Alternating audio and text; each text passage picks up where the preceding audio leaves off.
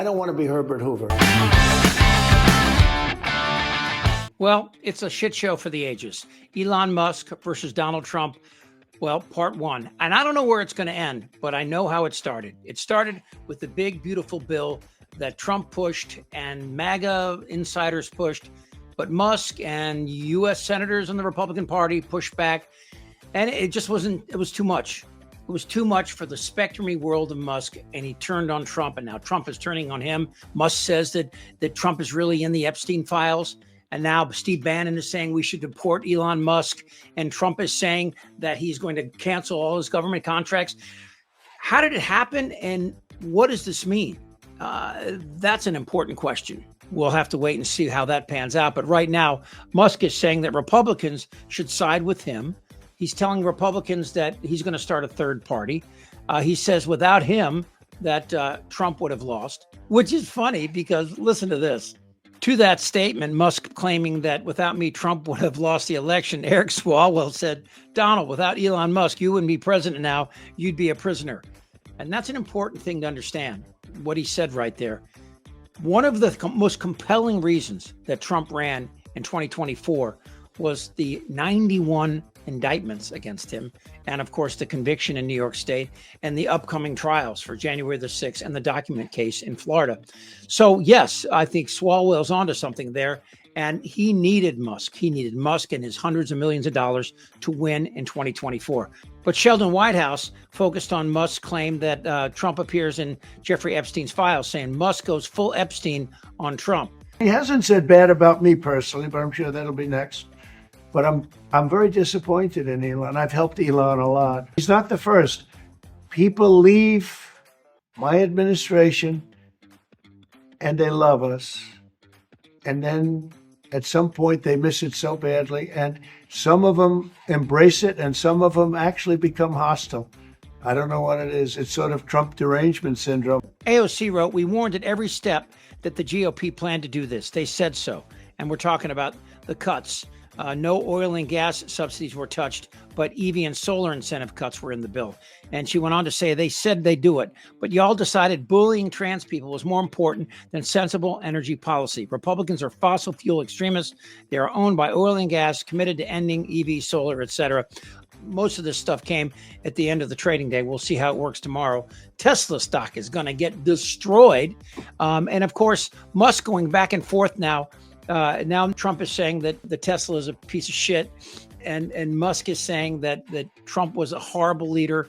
Look, Elon and I had a great relationship. I don't know if we're well anymore. I was surprised because you were here. Everybody in this room practically was here as we had a wonderful send-off. He said wonderful things about me. You couldn't have nicer, said the best thing. He's worn the hat. Trump was right about everything. And I am right about the great, big, beautiful bill. I'll tell you, he's not the first. People leave my administration and they love us. And then at some point they miss it so badly. And some of them embrace it and some of them actually become hostile. I don't know what it is. It's sort of Trump derangement syndrome, I guess they call it. But we have it with others too. They leave and they wake up in the morning and the glamour's gone, the whole world is different, and they become hostile. I don't know what it is. Someday you'll write a book about it, you'll let us know. I can't help but feel a little sense of joy with this, but it's also concerning in that one of the things about Trump and Musk was that it was all out in the open and you could see it. The whole Doge thing, you knew, well, I didn't know this necessarily, but we had a sense that it would implode.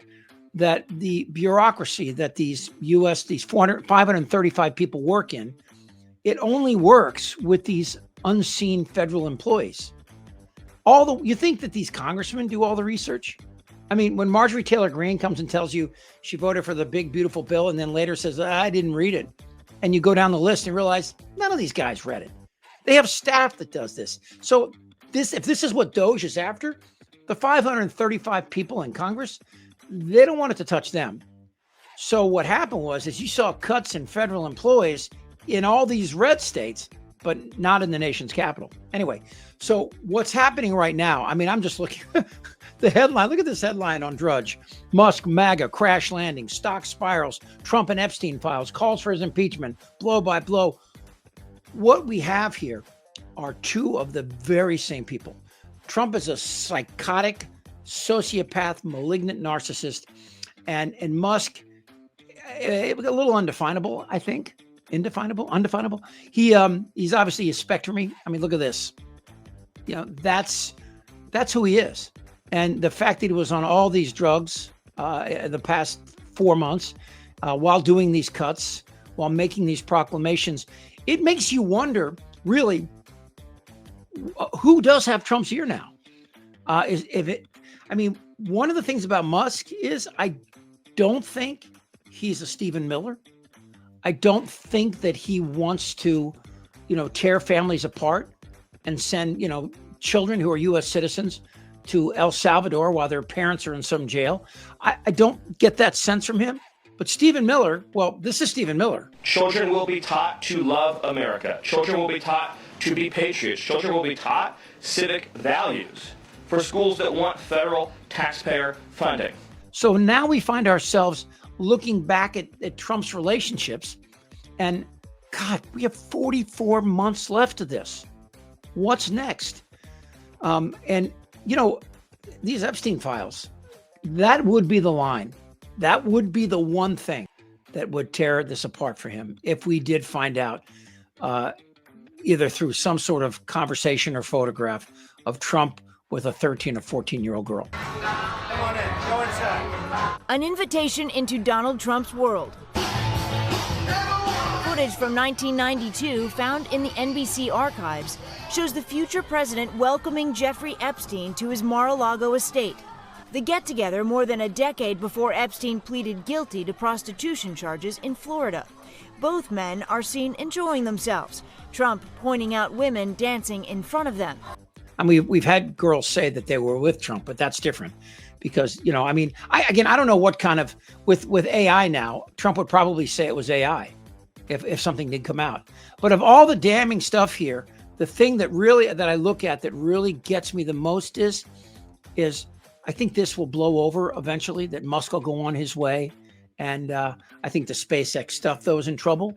I think that the core of what he has and what he wants to be all was built on this relationship with Trump. And I think his own mental problems caused him to blow it up. I would not be surprised if these guys get back together again at some point. But if you think about, again, let's talk about what Swalwell said. And it's the title of this piece today. The idea that you would be a prisoner.